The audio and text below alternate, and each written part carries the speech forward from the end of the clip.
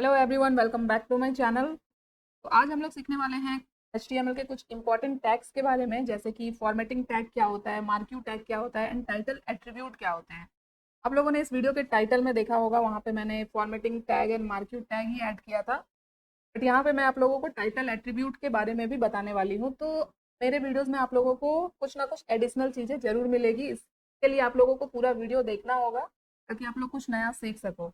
तो चलिए बिना टाइम को वेस्ट करते हुए जल्दी से वीडियो को स्टार्ट करते हैं। आज हम लोग अपने इस फ्रंट एंड डेवलपमेंट कोर्स में एक स्टेप और आगे बढ़ रहे हैं। हम लोग कुछ और टैग्स के बारे में सीखने वाले हैं इस वीडियो में, जो कि काफ़ी इंपॉर्टेंट है। तो चलिए वीडियो को जल्दी से स्टार्ट करते हैं और सबसे पहले हम लोग स्टार्ट करेंगे फॉर्मेटिंग टैग के साथ। तो फॉर्मेटिंग टैग्स क्या होता है? जैसे कि वर्ड वगैरह में आप लोगों ने देखा होगा कि हम अपने टेक्स्ट को स्टाइल कर सकते हैं, उसे बोल्ड बना सकते हैं, इटैलिक बना सकते हैं, अंडरलाइन यूज़ करते हैं।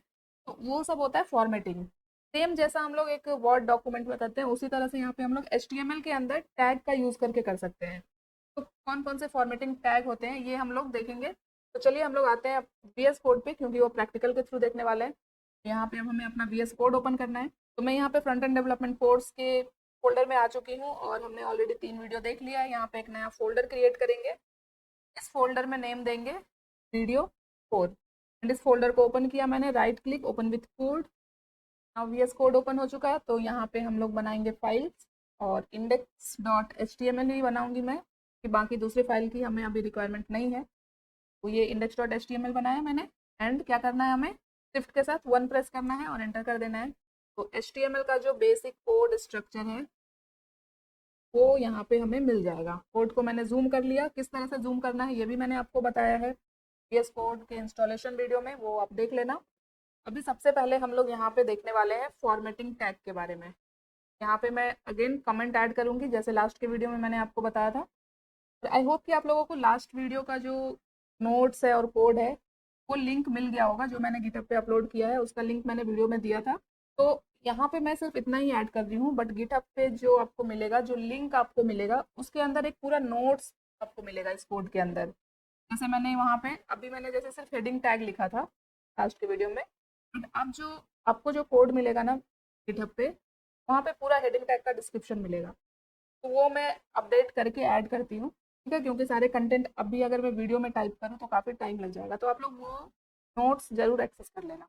तो अभी फॉर्मेटिंग टैग्स कौन कौन से होते हैं, चलिए पहले प्रीव्यू ओपन कर लेते हैं। यहाँ पे शो प्रीव्यू, यहाँ एडजस्ट किया। टैग्स तो अभी आप लोगों को पता ही है। तो एक टैग होता है बी टैग। टैग को हम लोग कैसे ऐड करते हैं, लेस देन और ग्रेटर देन साइन के बीच में कुछ भी अगर रहा तो वो टैग होता है। तो अभी मैंने एक बी टैग ऐड किया। अभी इसके अंदर मैंने कुछ भी लिखा, जैसे मैं यहाँ पे लिखती हूँ HTML, तो देखो ये बोल्ड दिख रहा है। अगर यहाँ पे मैं एक पैराग्राफ ऐड करूँ और यहाँ पे लिखूँ HTML, तो ये नॉर्मल टेक्स्ट दिख रहा है। तो सबसे पहला जो फॉर्मेटिंग टैग हमारे पास होता है वो होता है बी। ये क्या करता है, ये टेक्स्ट को बोल्ड बनाने के लिए यूज होता है। अभी यहाँ पे पैराग्राफ में हम लोग एक पैराग्राफ ऐड करते हैं, लॉरिम 100 इंटर किया मैंने, एक पैराग्राफ ऐड हो गया। अभी इस पैराग्राफ के अंदर ज़्यादा बड़ा हो गया पैराग्राफ, ये इतना हटा देते हैं। अभी इस पैराग्राफ के अंदर कोई भी एक रैंडम सा वर्ड मैं ऐड करती हूँ, जैसे ये वाला वर्ड है, ये पूरा है, दोनों वर्ड लेते हैं। सिर्फ इस दो वर्ड को मुझे बोल्ड करना है, तो क्या करेंगे, इस वर्ड को कट करके यहाँ पे हम लोग एक बोल्ड टैग ऐड करेंगे और इसके अंदर में ये टेक्स्ट ऐड कर देंगे। तो यहाँ पे देखो पैराग्राफ में सिर्फ ये जो दो वर्ड मैंने बोल्ड टैग के अंदर लिखा, सिर्फ वही बोल्ड हुआ है। तो ये होता है फर्स्ट फॉर्मेटिंग टैग, की टैग, जो क्या करता है, टेक्स्ट को बोल्ड करने के लिए यूज होता है। अब इसका ही एक अभी HTML5 के अंदर एक नया टैग इंट्रोड्यूस हो गया है, जो कि होता है स्ट्रॉन्ग टैग। ये भी सेम होता है, जो काम बोल्ड टैग करता है वही स्ट्रॉन्ग टैग भी करता है। बट स्ट्रॉन्ग टैग के अंदर जो हम लोग टेक्स्ट ऐड करते हैं उसका एक एक्स्ट्रा इंपॉर्टेंस होता है। मीन्स कि अगर दो टेक्स्ट को हमने बोल्ड किया है, एक को बी टैग से एक को स्ट्रॉन्ग टैग से, तो ज़्यादा इंपॉर्टेंस स्ट्रॉन्ग टैग वाले को मिलेगा। ये दोनों दिखता सेम है, बट यही है कि स्ट्रॉन्ग टैग में एक एक्स्ट्रा इंपॉर्टेंस ऐड होता है। ठीक हो गया, ये हो गया। अभी उसी तरह से नेक्स्ट जो टैग होता है वो होता है आई टैग, जो टेक्स्ट को इटैलिक बनाने के काम आता है। यहाँ पे अगर अभी मैं कुछ लिखूँ, जैसे मैंने CSS लिखा, मैंने आपको BR टैग के बारे में बताया था जो कि लाइन को ब्रेक करता है। तो देखो अभी CSS नीचे आ गया, यहाँ पे भी अगर एक BR लगा दे फर्स्ट HTML के बाद, तो ये HTML भी नीचे आ जाएगा। CSS देखो यहाँ पे इटैलिक में आ गया है।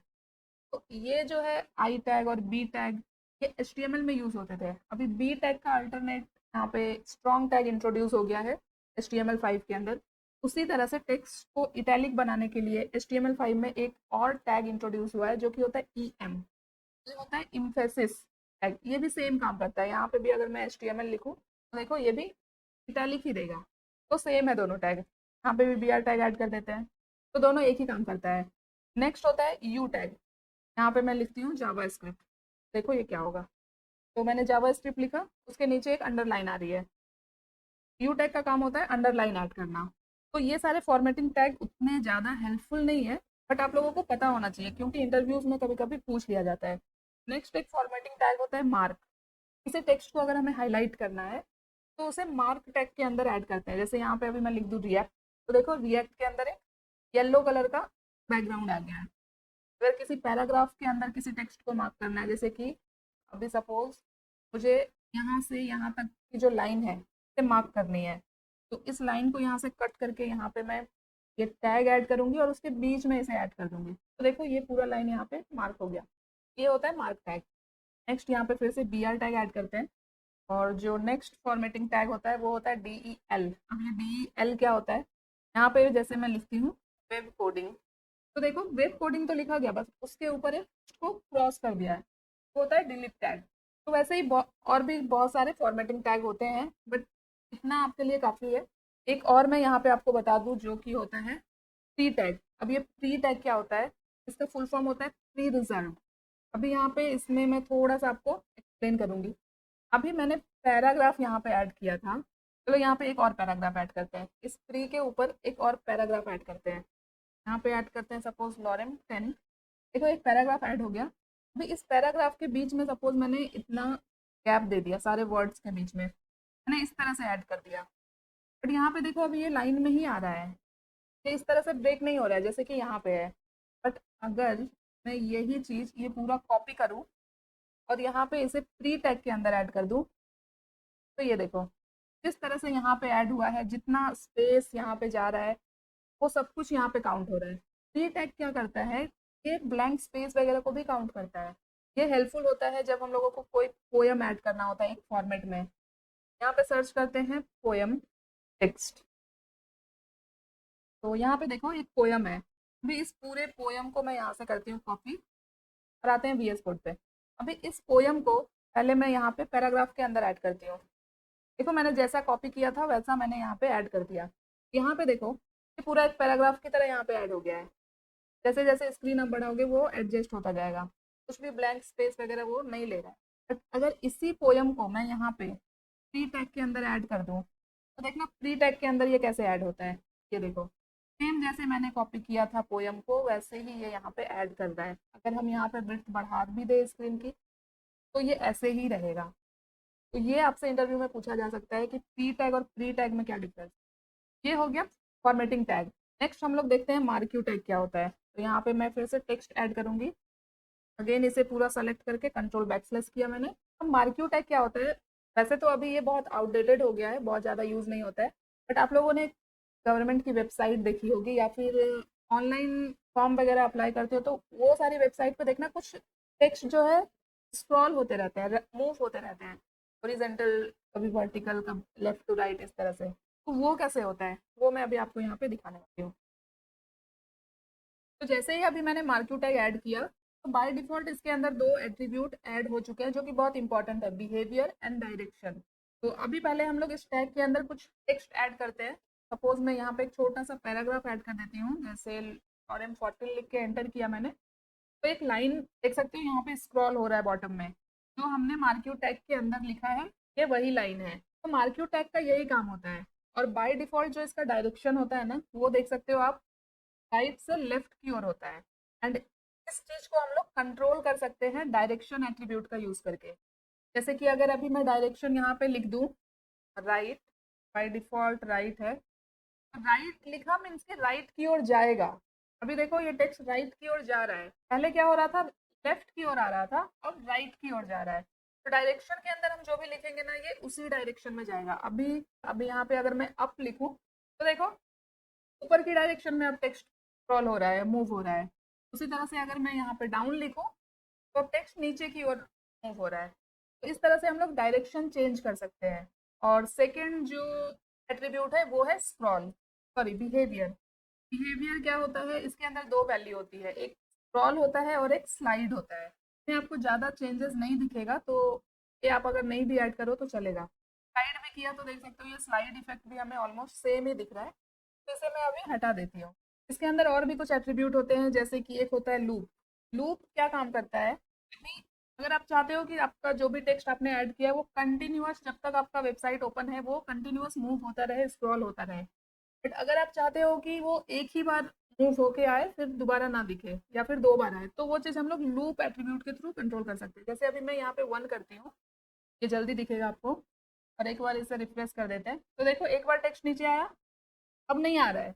अब वो टेक्स्ट हमें दिखेगा ही नहीं। अगर मैं यहाँ पे 2 करूँ तो एक बार गया, सेकंड बार गया, अब नहीं आएगा।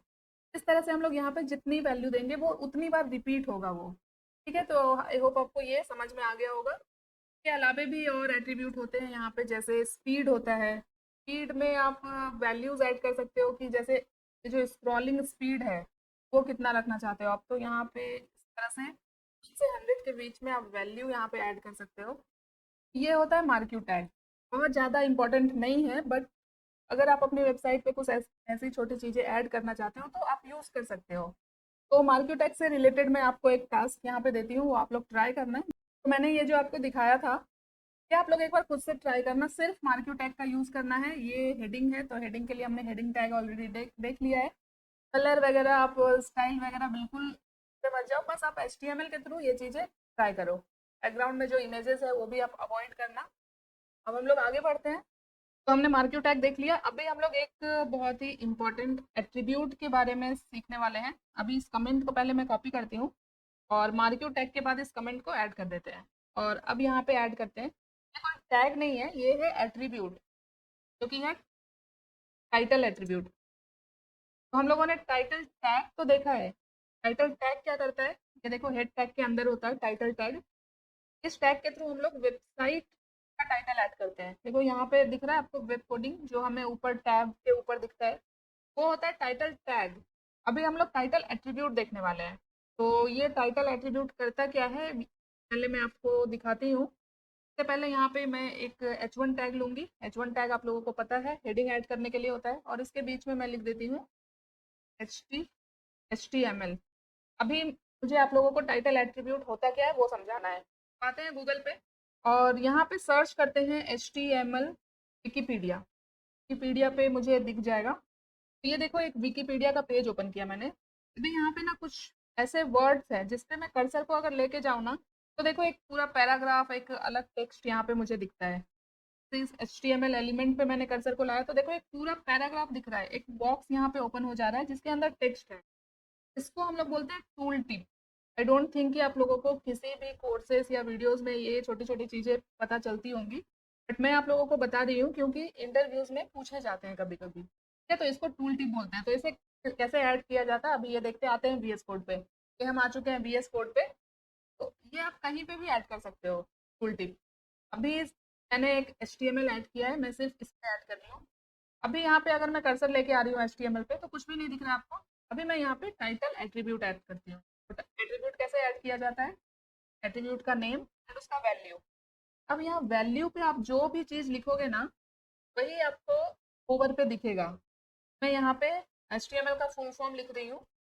अभी मैंने यहाँ पे एट्रीब्यूट ऐड किया, अभी मैं कर्सर लेके आती हूँ इस हेडिंग पे, तो देखो टेक्स्ट आ रहा है जिसके अंदर क्या लिखा हुआ है, हाइपर टेक्स्ट मार्कअप लैंग्वेज, जो मैंने यहाँ पे वैल्यू के अंदर ऐड किया है। आप चाहे तो यहाँ पे पूरा के पूरा पैराग्राफ भी ऐड कर सकते हैं, वो भी एक बॉक्स के अंदर आपको यहाँ पे दिख। तो आई थिंक हमारा टॉपिक कवर हो गया है आज का, और ये वीडियो आपके लिए काफ़ी हेल्पफुल रहा होगा। तो आप लोग इसे एक बार प्रैक्टिस करो खुद से सारी चीज़ें आज हमने जो भी कवर किया। और ये जो सोर्स कोड है ये आप लोगों को डिस्क्रिप्शन में मिल जाएगा, और यहाँ पे अभी जो देख रहे हो आप, मैंने कमेंट ऐड किया है। इन सब कमेंट के नीचे आप लोगों को इनका प्रॉपर डिस्क्रिप्शन भी मैं ऐड करके आपको शेयर करूंगी, ठीक है? तो ये आप एक्सेस जरूर कर लेना। अगर आपको ये वीडियो अच्छी लगी तो इसे लाइक करना, जितना हो सके इसे और लोगों तक शेयर करो, एंड सब्सक्राइब करना बिल्कुल मत भूलना। तो मिलते हैं नेक्स्ट वीडियो में कुछ और नए इंपॉर्टेंट टॉपिक के साथ। तब तक के लिए thank you so much guys for watching this video. Bye bye.